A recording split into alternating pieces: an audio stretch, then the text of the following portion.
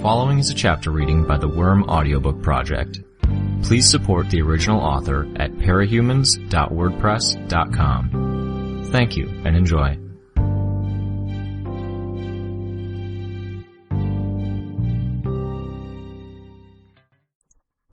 Arc 6, Chapter 6. Surrender, Armsmaster ordered us. No, Gru retorted. You're only going to embarrass yourself if you prolong this.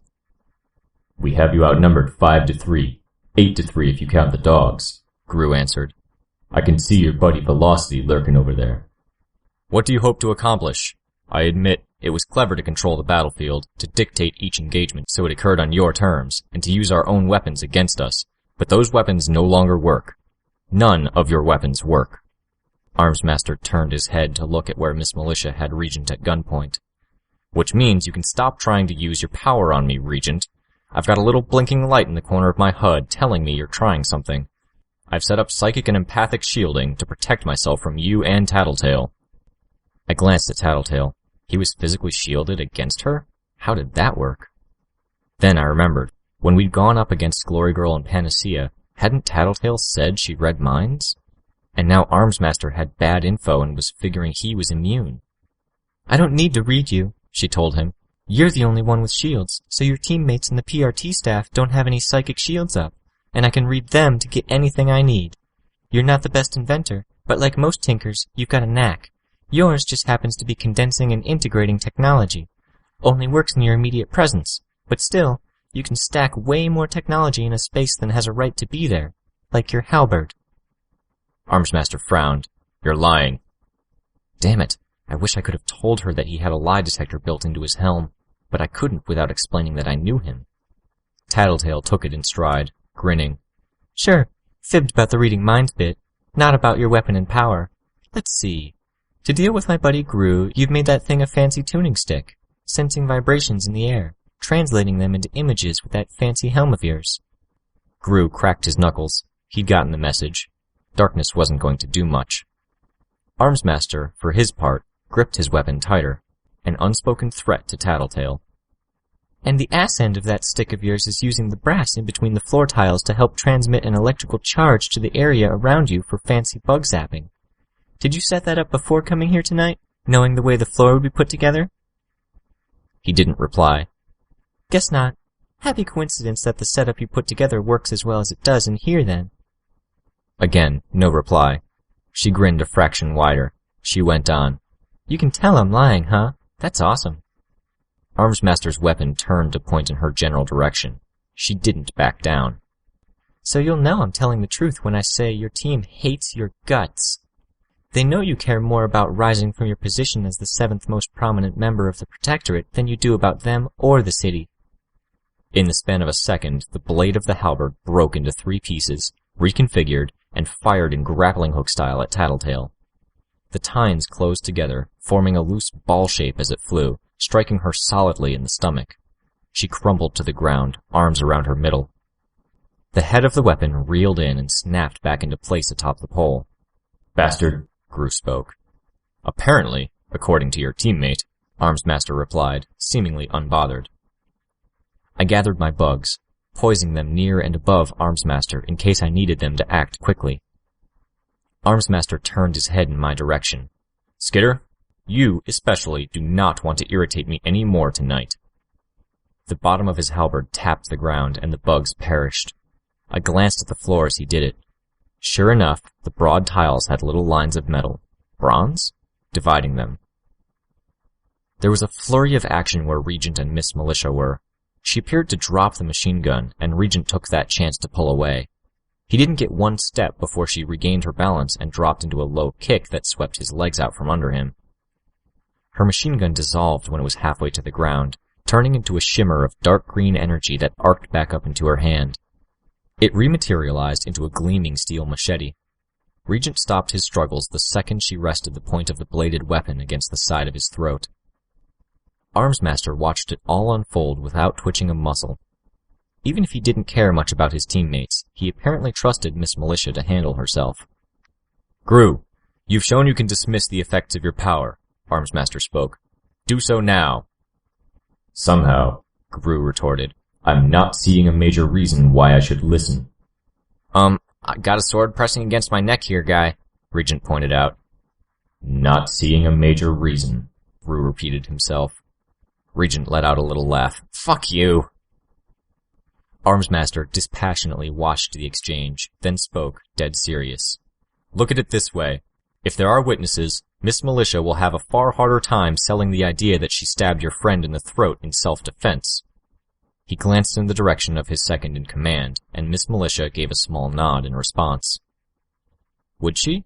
Probably not, I suspected. Could we risk it? That choice was up to Gru. Gru glanced over at where Regent lay.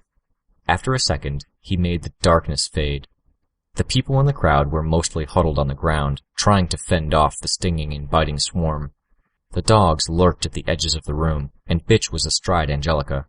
Velocity, in his red costume with the racing stripes down either side and 2 stripes meeting in a V at his chest, wasn't that far from her. I suspected they had been squaring off. I found Emma in the crowd. Her dad was huddled over both of his daughters, as though he could shield them from any danger, and Emma's mom was hugging her around the shoulders.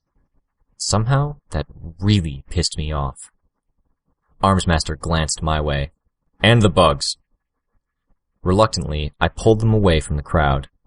I settled the flying bugs on the intact portions of the ceiling. I glanced up at the bugs and sighed. Then I glanced at Emma again. This was really not how I wanted this to end. Me arrested, my scheme a failure, Emma getting off scot-free with a family, friends, and no major consequences for all the shit she'd pulled. Sir, I spoke, trying to sound confident. Would Emma recognize my voice? Let me check on Tattletale. You can do that once you've surrendered, he spoke. He changed his posture so his halberd was pointed in my general direction. I winced. I did not want to get the same treatment Tattletale had received. Or would he not do it with people watching? My eyes darted in the direction of the crowd, to Tattletale, who didn't look up to talking. All eyes were on the scene. Why had he gone out of his way to get an audience? Could I use it? What had he been so upset about when I'd met him at the ferry? What had Tattletale gone out of her way to stress to us about Armsmaster? Reputation. I need to make sure you didn't do any serious damage, I spoke, just a hint of accusation in my voice. She's fine. I want to verify that for myself, I said, standing. How far can I push this? Please, she was surrendering and you hit her so hard. You're lying. The fuck she is, Regent joined in. Tattletale walks up to you, ready to be cuffed, and you smacked her across the room, you fucking lunatic. I didn't dare to glance at the crowd. Armsmaster was the person we needed to get a reaction out of here. Enough. This is a fabrication, Miss Militia spoke, her voice raised maybe a bit to carry it to the rest of the room. Why do you think we're so reluctant to surrender, if that's the treatment we'll get? Regent shouted. It's not like we're not totally fucked. Miss Militia moved the machete to remind him it was there. Armsmaster's head turned toward me. This was my huge gamble. How would he respond? If he called me out as a traitor within the Undersiders, would people buy it? Would my team buy it? Or would it only hurt his credibility? He didn't know that Tattletale would be able to tell it was truth. Miss Militia has a blade at my teammate's throat, Gru broke the silence. I think it's pretty clear you don't pull your punches. Armsmaster turned to his teammate. Perhaps a less lethal weapon would be more appropriate. Miss Militia's eyebrows knit together in concern. Sir? Now! He left no room for argument. Then, to ensure they still had control of the situation, he turned to his nearest available hostage. Me. I was flat on my back and couldn't back away fast enough to escape, especially with my having to slip my arms from the straps that held the tank of containment foam to my back. He pointed the head of his weapon at me as he strode over to me, the threat of his firing it serving to keep me subdued. I glanced at Gru, but he was frozen, 2 of his teammates at the mercy of the city's leading heroes. Tattletale was struggling to her feet, but she couldn't accomplish much. Above Regent, the sword shimmered and turned into that black and green energy. In that moment, Regent struck, drawing his knees to his chest, then kicking up and to the side to drive both of his heels into Miss Militia's upper stomach. A second later, he shoved both of his hands in the direction of her collarbone. The black-green energy of her power continued to arc around her without solidifying as the contents of her stomach began violently heaving their way out of her mouth, splattering into the flag scarf that covered the lower half of her face and overflowing onto the floor. Regent had to roll to one side to avoid being bathed in vomit. I took advantage of the distraction and brought every bug in the room down from the ceiling, sending a fair majority of them toward Armsmaster. He swiped at his face to remove them, then lifted his weapon. I grabbed for the pole with both hands before it could strike the ground and pulled myself across the floor to situate my body between the pole and the ground. It didn't feel like I thought it might, the electrical charge. As the end of the halberd made contact with my body, it was as though someone had dropped a handful of live snakes onto my chest and they were writhing in place there, a single tendril rushing up the skin of my right arm and over my fingertips. It didn't hurt much at all.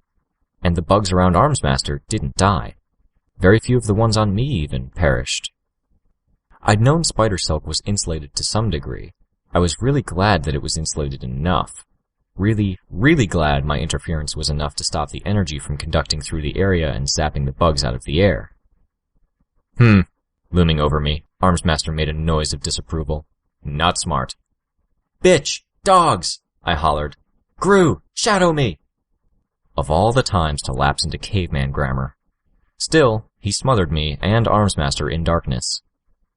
When Armsmaster managed to wrest the halberd from my hands, I had enough bugs on him to tell me he was bringing the bottom end of his halberd down hard against the floor, away from me. My bugs didn't die, and continued to settle on the exposed skin of his lower face, crawl up under his visor.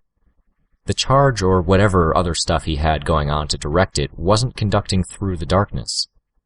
Before he could strike at me, I headed in the other direction.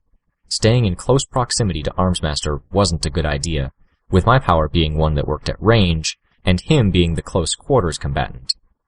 I felt him move away from me, clawing the bugs away from his mouth and nose, heading out the opposite side of the cloud of darkness to strike the ground, kill off the swarm I'd set on him, and then turn his attention to the charging dogs. I wasn't 2 steps outside of the darkness when I had Velocity in my face. Battery and Velocity were both speedsters of a sort, giving them the ability to move at ridiculous pace. They were very different kinds of speedster, though. As I interpreted it, from all the stuff I'd read online and in the magazines and interviews, Battery could charge up and moved at enhanced speeds for very short periods of time, sort of like how Bitch's power pumped up her dogs, but concentrated into a few brief moments. It was a physiological change, altering her biology and then altering it back before it became too much on her body.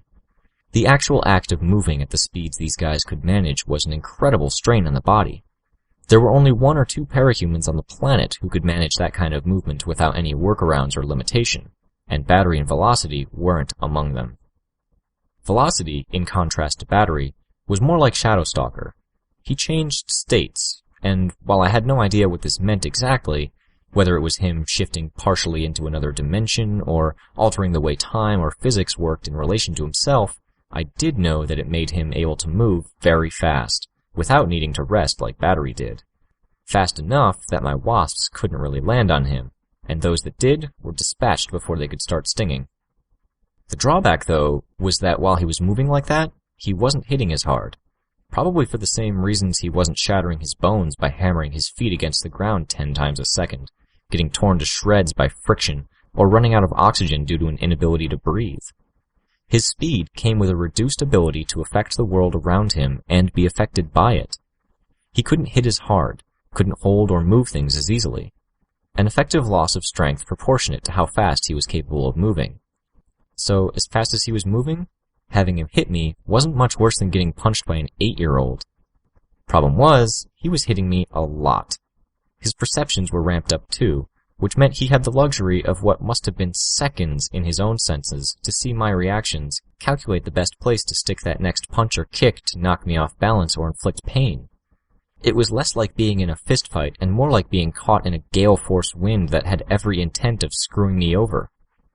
Velocity was forcing me to back up, stumble, and overall just working to herd me in one direction, towards an open window. Either he'd force me through and leave me hanging from the ledge, helpless to avoid arrest, or I'd have to give up or let myself be knocked to the ground instead, at which point it would be pretty much over. Once I was down, he'd either keep up the onslaught until another cape could finish me off, or he'd turn off his power long enough to knock me over the head a few times with a chair or something. Across the room, Gru was working with 2 of the dogs and Bitch to keep Armsmaster hemmed in, while one of the dogs and Regent were keeping Miss Militia out of action. I couldn't win this one on my own. "Gru!" I hollered. I got struck in the mouth 3 times before I could bring an arm up to fend Velocity off and speak again. "Need cover!" He spared me a glance and a blast of his darkness. In an instant, I was blind and deaf, with only my bugs to go by. But Velocity was slowed down, and I had my suspicions that it wasn't just the fact that he had to use his hands to find me before striking. Gru had said that Shadowstalker's powers were somehow less effective in his darkness. Could that apply to Velocity too? Or was it just the extra resistance of Gru's power versus normal air, combined with Velocity's low strength? My bugs were now successfully settling on him, oddly giving me a better sense of his movements than my eyes had, and I was directing them not to sting or bite, so he wouldn't have an easy time finding them. They began to cluster on him, and somehow I felt like it was slowing him down even more. The onslaught had been softened, and he wasn't half as effective at keeping me off balance now. He couldn't effectively see my posture to know the optimal places to strike, so I was able to get my feet firmly on the ground. I lashed out twice with my fists, but my hits lacked impact. Something to do with his power, I suspected, as well as his ability to move fast enough to roll with any hits he felt connecting. So I grabbed a weapon he couldn't react to, my pepper spray, and directed a stream of it into his face. Then I instructed the bugs I'd gathered on him to bite and sting. The effect was immediate and dramatic. You've never really seen someone flip out until you've seen a speedster flip out. He fell to the ground, stood, tumbled over a chair, then was up in the next second, lunging for a table, blindly patting it down in the hopes of finding something to wash his eyes out with. I felt him slow down dramatically, increasing his own strength enough to allow him to check the cups and pitchers. I had bugs on the table he was searching, and the only liquid there was wine. Anticipating he would continue looking for some relief, I moved closer to the table nearest me. Sure enough, he darted over to the same table and began searching. I took one long step to my left, reached behind my back, and gripped the foam handle of my extendable baton with both hands. Like a golf club, I swung it up and between his legs. My rationale was that I needed to hamper his mobility, but I didn't want to deliver any permanent injury, which was a possibility if I hit him in the knee or spine. Besides, the Protectorate had top-notch costume designers, and what male superhero with an expensive costume would go out without a cup, right? Unless, the thought crossed my mind as Velocity keeled over, he'd forgone the cup for extra mobility and to reduce friction. I'd find some way to make it up to him after all of this was over with. He pulled weakly against my grip as I brought his left arm and his right leg together, and cinched them together with a double set of plastic handcuffs. I then cuffed his right arm to the table in front of him. Velocity was out of action for all intents and purposes. Though every impulse told me to get out of the darkness and get a look at what was going on, I stayed put, crouching and feeling out with my bugs. With their legs and bodies serving as thousands upon thousands of tiny fingers I could use to feel out my surroundings, I got a sense of the situation. Since doing whatever he'd done to Miss Militia, Regent had taken to standing guard over her. He had one hand outstretched in her direction while she struggled on the floor, dry-heaving now, with her limbs twitching. Tattletale was with him, one hand still pressed to her stomach, but she was standing, watching the crowd for anyone who might step to Miss Militia's rescue. Which left only Armsmaster. Except, only wasn't the right word. Bitch, her 3 dogs, and Gru had Armsmaster surrounded, and even with that, I got the impression that he was in control of the situation. He'd formed the head of his halberd into a loose ball again, and he had the chain he used for the grappling hook extended partially so it could serve as a flail. There was something of a stalemate as my teammates remained where they were, staying spaced out, just out of reach of the weapon. Armsmaster, for his part, was standing in a loose fighting posture, holding the long pole of his halberd as he swung the flail head in a loose figure 8. Brutus growled at his quarry, moving a half step too close, and Armsmaster seized the opportunity. The chain extended with a faint whir, and the flail moved with surprising quickness to collide with Brutus's shoulder. From Brutus's reaction, I would have thought he'd just been hit by a wrecking ball. Either Armsmaster was far stronger than he looked, or there was something about his weapon that was giving it a little extra oomph. Given that he was a tinker, it could have been anything. Armsmaster didn't stop at felling Brutus. As he finished giving the ball the necessary momentum, Armsmaster reversed his grip and lunged at Gru, swinging the bottom end of his weapon like a baseball bat. Gru avoided the swing by stepping back and ducking, but wasn't able to recover quick enough to avoid the follow-up.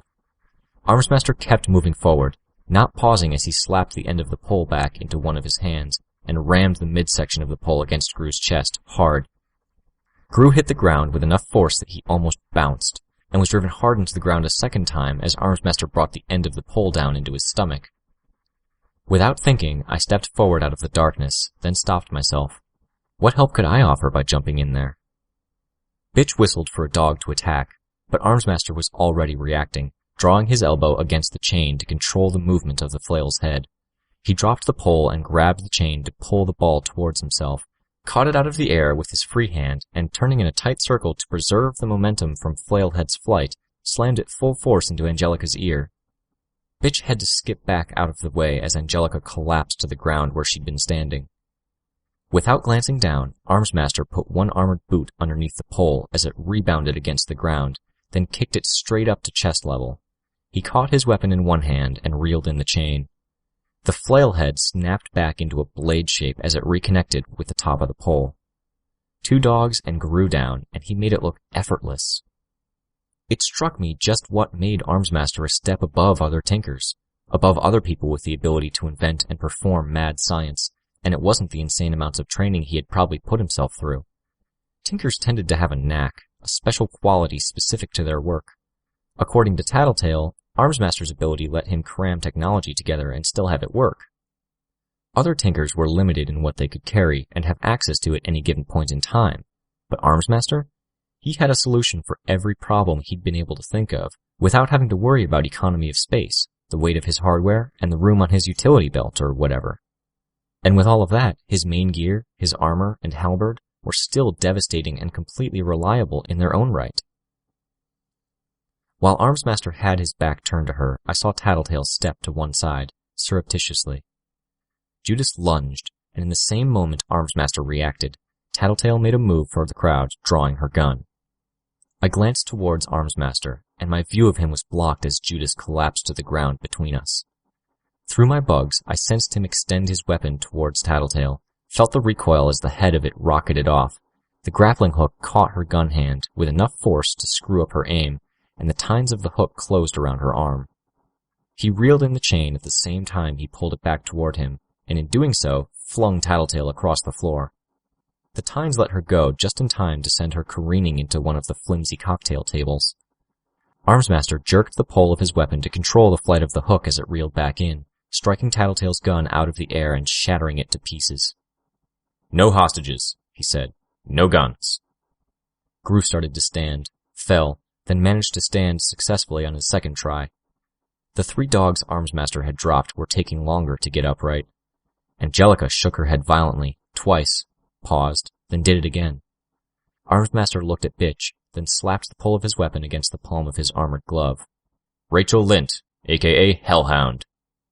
"Armsmaster, a.k.a. Dickhole," Bitch retorted. "If this goes any further, I can't promise those animals of yours won't suffer permanent damage."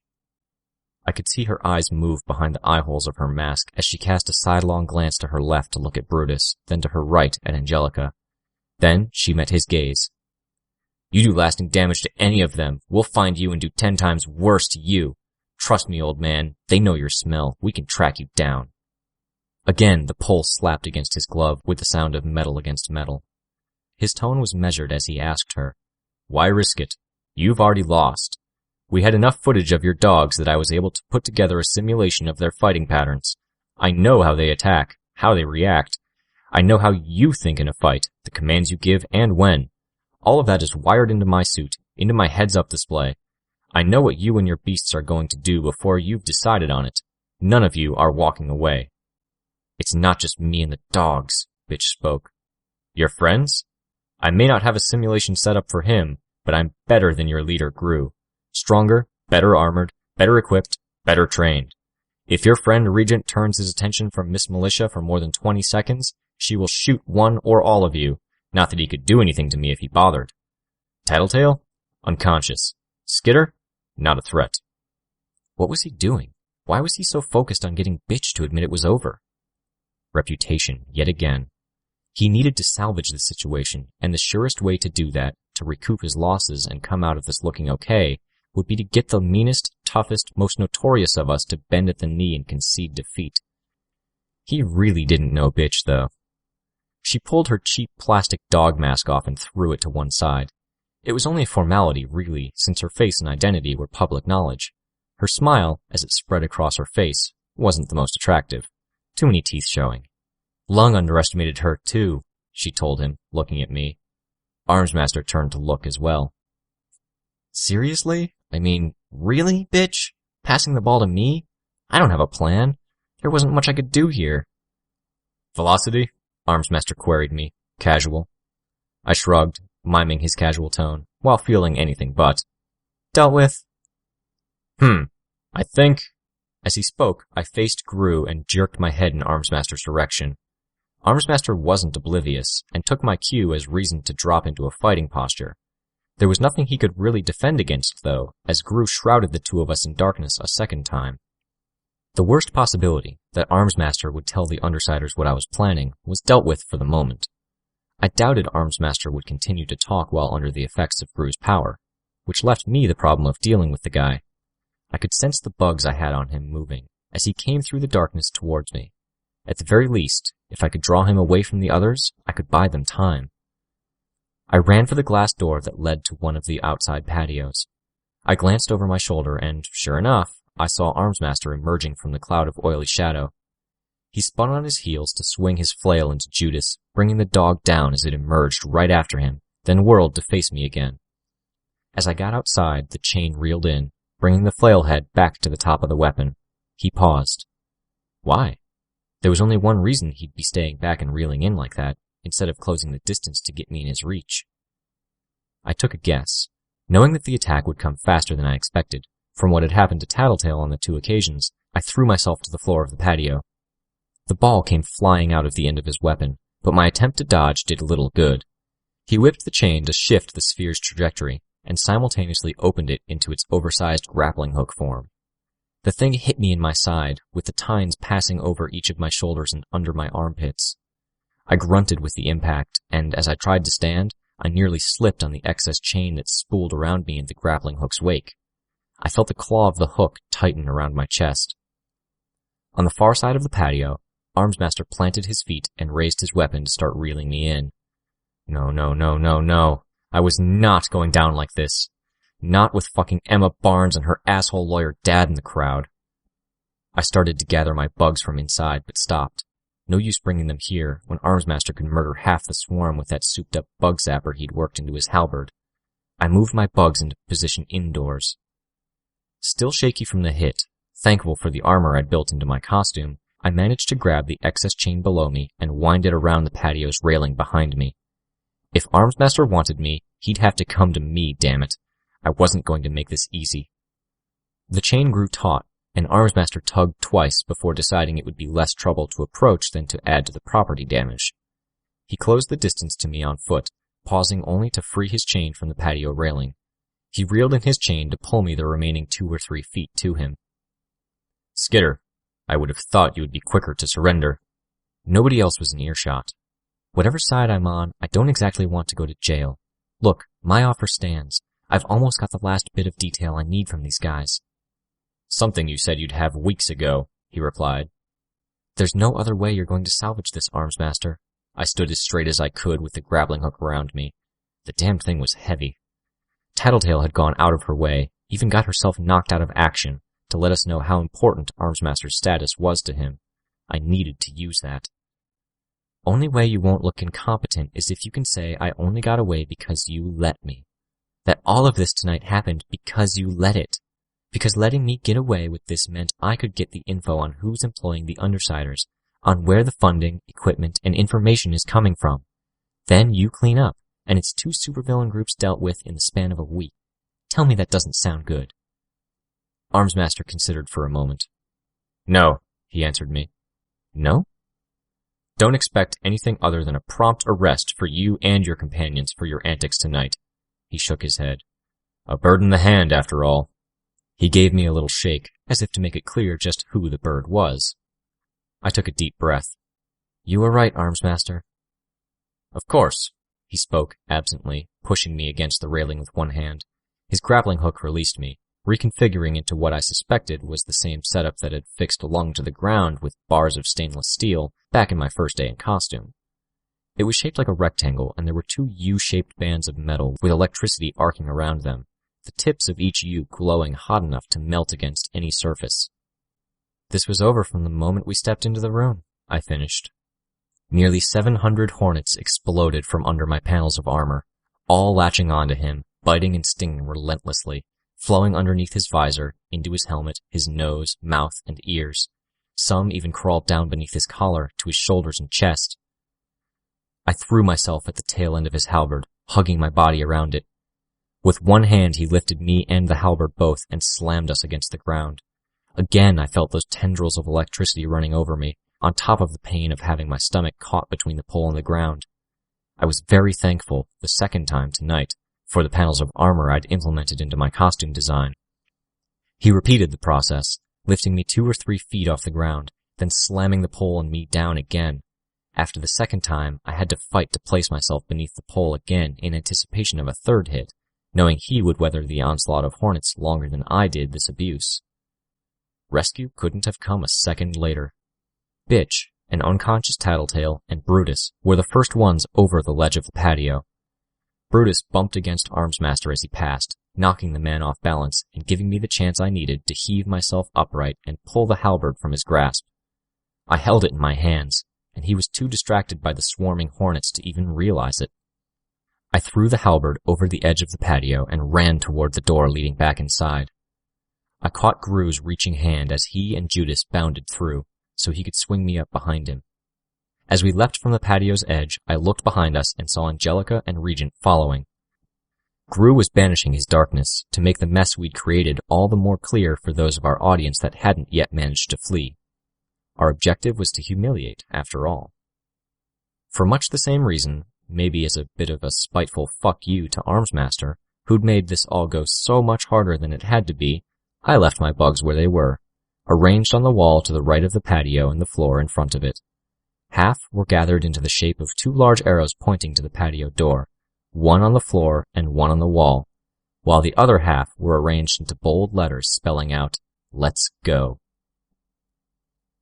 I wrapped my arms around Gru, holding him tight, as much in anticipation of our landing on a nearby rooftop as a farewell hug. Chances were good that this was my last job as part of the Undersiders.